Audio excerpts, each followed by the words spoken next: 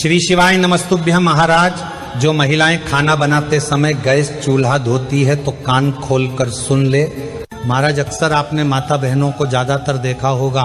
कि वह रसोई घर में अपना ज्यादातर समय व्यतीत करती है, और रसोई घर आपके घर में एक ऐसा स्थान होता है जिस स्थान से आपकी और आपके घर की शुद्धता जुड़ी हुई होती है, और जिस जगह से आपके पूरे परिवार को भोजन मिलता है। इसलिए जिस गैस चूल्हे पर आप अपने परिवार के लिए भोजन बनाती है, तो क्या भोजन बनाने के बाद हमें गैस चूल्हे को तुरंत साफ कर देना चाहिए या बाद में करना चाहिए? सारी अद्भुत जानकारी आपको हम इस वीडियो में देने वाले हैं। महाराज, आपको अपने घर में रसोई घर को हमेशा साफ सुथरा रखना चाहिए, क्योंकि जिसका रसोई घर साफ सुथरा नहीं होता है उस घर में अन्नपूर्णा कभी निवास नहीं करती है। मतलब उस घर में कभी भोजन में स्वाद नहीं आता है। इसीलिए हमेशा भोजन बनाने के बाद माता बहनों के मन में अक्सर ये प्रश्न आता है कि जिस गैस चूल्हे पर हमने भोजन बनाया है उसको हमको भोजन बनाने के तुरंत बाद साफ कर देना चाहिए या अगले दिन सुबह साफ करना चाहिए। महाराज, आप जिस तरीके से आप अपने घर के किचन या रसोई घर में भोजन बनाते हैं, अब आप चाहे वह भोजन सुबह के समय बनाएं या शाम के समय बनाएं या रात के समय बनाएं,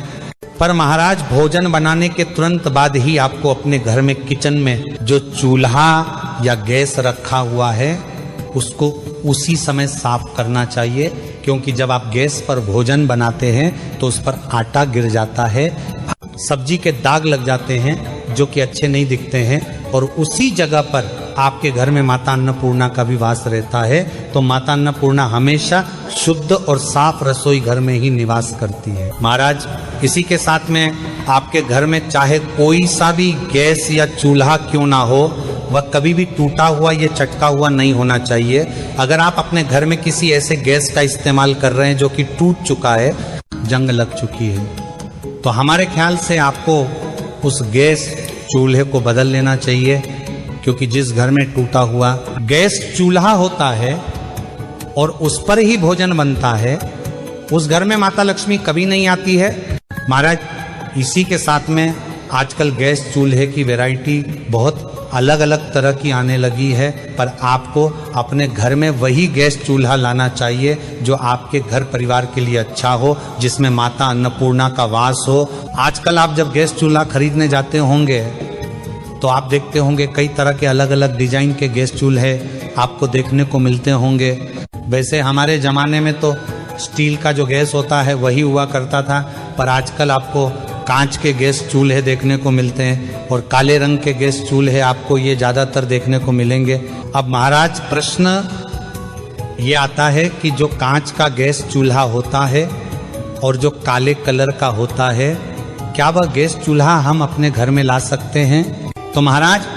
वैसे तो कोई भी काले रंग की चीज़ आपको अपने घर के रसोई घर में नहीं रखना चाहिए, पर जिस तरीके से समय बदल रहा है और अभी के समय यही कांच वाले गैस चूल्हा सबसे ज़्यादा अच्छे यहाँ पर आपको देखने के लिए मिल रहे हैं, इसीलिए आप इनको खरीद सकते हैं। और अगर आप लोग स्टील का गैस चूल्हा खरीदना पसंद करते हैं तो आप वही लेकर आए, और अगर आपके घर में पहले से जो चूल्हा है वो अच्छा है, टूटा हुआ नहीं है और जंग भी नहीं लग रही है, तो आप उसी को अपने घर की रसोई घर में रख सकते हैं। महाराज, जब भी आप अपने घर में नया गैस चूल्हा लेकर आए तो उसकी पूजा जरूर करें, उस पर स्वास्तिक बनाने के बाद ही उस पर पहला भोजन बनाएं, या हो सके तो नए चूल्हे के ऊपर सबसे पहले दूध ही गर्म करना चाहिए। इसके बाद महाराज, आप जब रात्रि में भोजन बनाती हैं तो कुछ माताएं बहनें सोचती हैं कि हम कुछ समय बाद अपने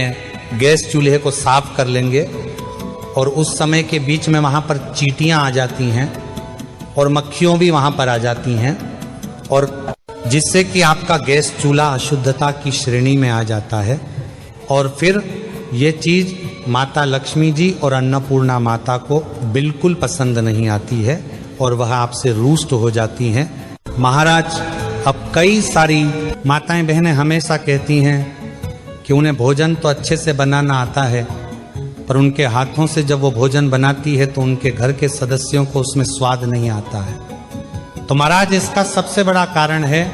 कि आप अपने घर में अन्नपूर्णा माता को प्रसन्न करके नहीं रखिए, क्योंकि आपके घर के रसोई घर में आप गंदगी रखती हैं या शुद्धता नहीं रखती हैं। इस वजह से आपके घर में बने हुए भोजन में स्वाद नहीं आता है। बड़ा कारण यही होता है कि आप भोजन बनाने के तुरंत बाद अपने गैस चूल्हे को साफ नहीं करती, बल्कि अगले दिन सुबह करती है, या तो खुद भोजन खाने के बाद अपने गैस चूल्हे को साफ करती हैं।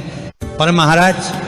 आपको ऐसा नहीं करना चाहिए। आपको भोजन बनने के तुरंत बाद ही अपने गैस चूल्हे को पहले सूखे कपड़े से साफ करना चाहिए, फिर हो सके तो एक गीले कपड़े से भी आप साफ कर सकते हैं। महाराज आपके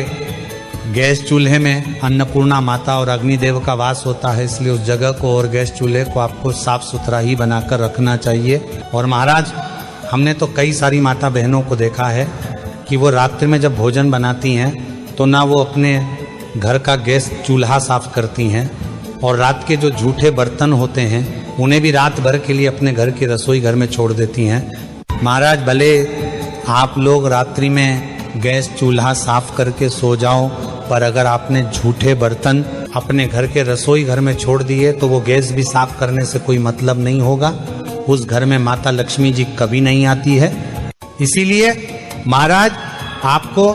रात्रि में जब आप भोजन खा लेते हैं तो उसके बाद घर की माता बहनों को तुरंत ही अपने घर के रसोई घर में रखे बर्तनों को साफ करना चाहिए और उसके बाद ही सोना चाहिए। महाराज इसके बाद में जिस घर में अपवित्र भोजन बनता है उस घर में ना कभी अन्नपूर्णा वास करती हैं, ना कभी माता लक्ष्मी वास करती हैं। इसलिए आपके घर का जो रसोई घर है उस रसोई घर के गैस चूल्हे पर आपको कभी भी अपवित्र भोजन यानी कि नॉनवेज जो होता है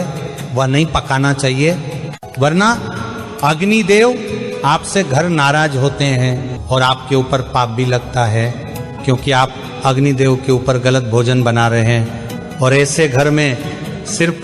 दरिद्रता का ही वास रहता है, कभी सुख और शांति नहीं रहती है। महाराज बातें तो बहुत सारी हैं बताने के लिए,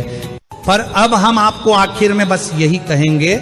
कि जब आप अपने घर के रसोई घर में भोजन बनाएं तो पहली रोटी गाय की और आखिरी रोटी कुत्ते की जरूर निकले, और सबसे पहली रोटी सबसे पहले ही गाय को दें, उसके बाद ही आप भोजन करें, और के भोजन करने के बाद कुत्ते को जरूर दें। इसी के साथ में आप अपने पूरे रसोई घर को साफ सुथरा बनाकर रखें और फिर देखें कि आपके घर में कैसे अन्नपूर्णा माता का वास होता है और आपके बने भोजन में कैसे बहुत स्वाद आता है। इसी के साथ में माता लक्ष्मी जी भी आपके घर में सदैव वास करेंगी। महाराज हम आशा करते हैं कि आपको आपके प्रश्न का सही उत्तर मिल गया होगा, पर अभी भी अगर आपके मन में कोई प्रश्न है तो वह आप हमसे कमेंट करके पूछ सकते हैं। और आप हमारी यह वीडियो कहाँ से देख रहे हैं एक बार कमेंट में जरूर बताएं। श्री शिवाय नमस्तुभ्यम महाराज।